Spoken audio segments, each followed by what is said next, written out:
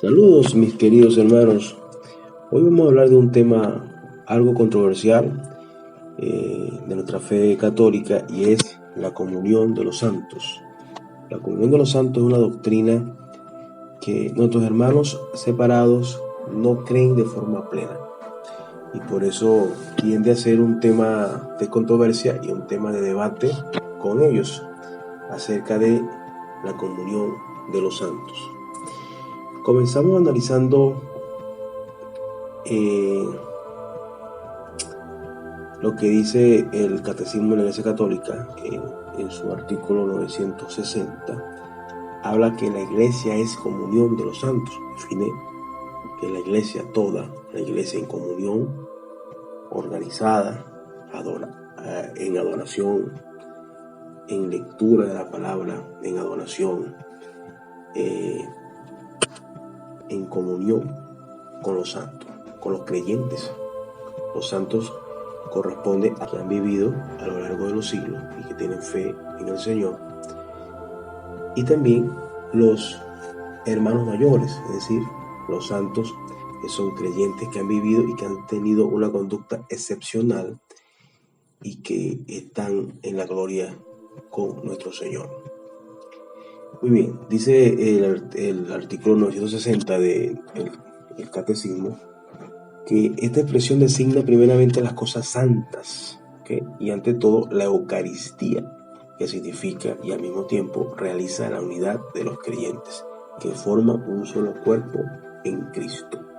Eso es la comunión de los santos, cuando los creyentes, los cristianos, reciben la Eucaristía, están en plena comunión en la iglesia. En 962, el Catecismo dice que se cree o creemos en la comunión de todos los fieles cristianos, como dijimos ahorita, es decir, de los que peregrinan en la tierra, es decir, los que estamos en la tierra, los que profesamos nuestra fe en Cristo y que estamos en comunión con la iglesia, los que tenemos los sacramentos, los que recibimos los sacramentos de la iglesia y estamos en la tierra perseverando en nuestra fe para alcanzar la salvación. Entonces, los que peregrinan en la tierra, de los que se purifican después de muertos, es decir, las almas que están en el purgatorio, es decir, aquellas personas que murieron en gracia de Dios, pero que murieron con algunos pecados veniales, unos pecados que no fueron completados en su penitencia, y estos cristianos están purgando esas penas en el purgatorio. El purgatorio es una fase previa hacia la gloria.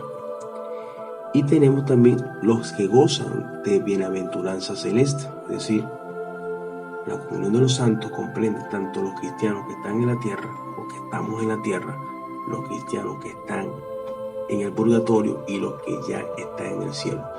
Es algo integral. Por eso hablamos de la comunión de los santos, porque nosotros tenemos la plena creencia de que cuando nosotros partimos de esta tierra, seguimos vivos, que Dios es un Dios de vivos y no un Dios de muertos.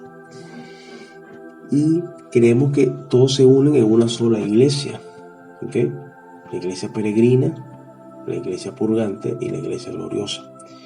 Y creemos igualmente que en esa comunión está a nuestra disposición el amor misericordioso de Dios y de sus santos, que siempre ofrecen oídos atentos a nuestras oraciones. Es decir, como colaboradores de Dios, los santos son colaboradores de Dios, y Dios mismo le da esa potestad y le da ese conocimiento de poder escuchar nuestras oraciones cuando nosotros nos invocamos con nuestros hermanos mayores, para que puedan ser portavoces y puedan rogar por nosotros delante del Señor. Se habla de que ellos pueden escuchar nuestras plegarias y rogar por nosotros, interceder por nosotros. Así como nosotros podemos pedirle a un hermano que ore por nosotros, así igualmente nosotros podemos pedirle a los santos que ya están en el cielo, que ya están en plena comunión con Dios, que puedan orar por nosotros. Lo que tenemos Filipenses 3:17, que ella hace una mención de eso, ¿no? Cuando dice que el apóstol Pablo dice a los cristianos de Filipos, le dice: imitadores míos, y fijaos en los que viven según el modelo que tenéis en nosotros. Okay, acá se observa que nosotros como cristianos podemos tener como modelo a otros cristianos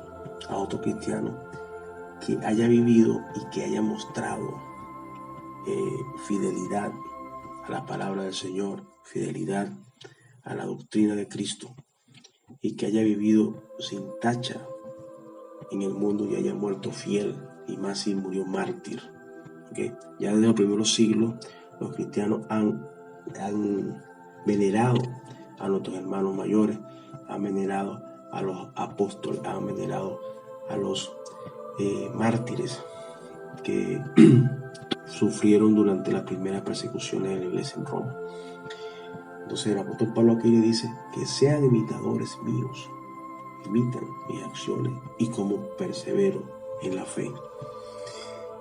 Como dijimos, los protestantes no creen en esta comunión plena de los santos. Acá tenemos otro texto, en Efesios 6:8 dice: siempre en oración y súplica, orando en toda ocasión en el Espíritu, velando juntos con perseverancia e intercediendo por todos los santos. El apóstol Pablo invita a los cristianos de Éfeso a que se mantengan en oración y súplica, orando siempre, velando juntos e intercediendo por todos los santos. Es decir, entre ellos mismos. Oración entre todos los santos. Entonces nosotros le decimos a un hermano que ore por nosotros. Así igualmente, como se trata de una sola iglesia, nosotros también podemos invocar, podemos pedirle a un santo que haya vivido de acuerdo a la fe, que pueda interceder por nosotros. Aquí vemos entonces en Apocalipsis que ya los santos que están en la iglesia gloriosa, los que están en el cielo, pueden orar por nosotros. Vemos acá en Apocalipsis 8, vemos el versículo 3, dice: otro ángel vino y se puso junto al altar con un baldín de oro. Se le dieron muchos perfumes para que con las oraciones de todos los santos los ofreciera sobre el altar de oro colocado delante del trono. Y por mano del ángel subió delante de Dios la humareda de los perfumes con las oraciones de los santos. Acá vemos que al cielo llegan como incienso, como perfume, las oraciones de todos los santos. Y si vemos acá el texto en Apocalipsis 6, vemos que esos santos están en el cielo. ¿Recuerdan cuando hablé ahorita de los mártires de los primeros siglos y de todos los mártires que han vivido a lo largo de la iglesia? O personas que han tenido un comportamiento ejemplar en la fe y que aportaron mucho a la iglesia a lo largo de los siglos. Vemos acá en Apocalipsis 6, del 9 al 11, dice: cuando abrió el quinto sello, vi debajo del altar las almas de los degollados a causa de la palabra de Dios y del testimonio que mantuvieron. Se pusieron a gritar con voz fuerte: ¿hasta cuándo, dueño santo y veraz, vas a estar sin hacer justicia y sin tomar venganza por nuestra sangre de los habitantes de la tierra? Entonces se les dio a cada uno un vestido blanco y se les dijo que esperasen todavía un poco hasta que se completara el número de sus consiervos y hermanos que iban a ser muertos como ellos. Acá estos santos están en el cielo. Están en el cielo esperando que Cristo haga justicia de sus almas. Muy bien. Y estos mismos son los que llevan las oraciones a Dios. Es decir, que todos esos degollados, todos esos mártires están vivos en el cielo. No están dormidos como dicen muchas sectas.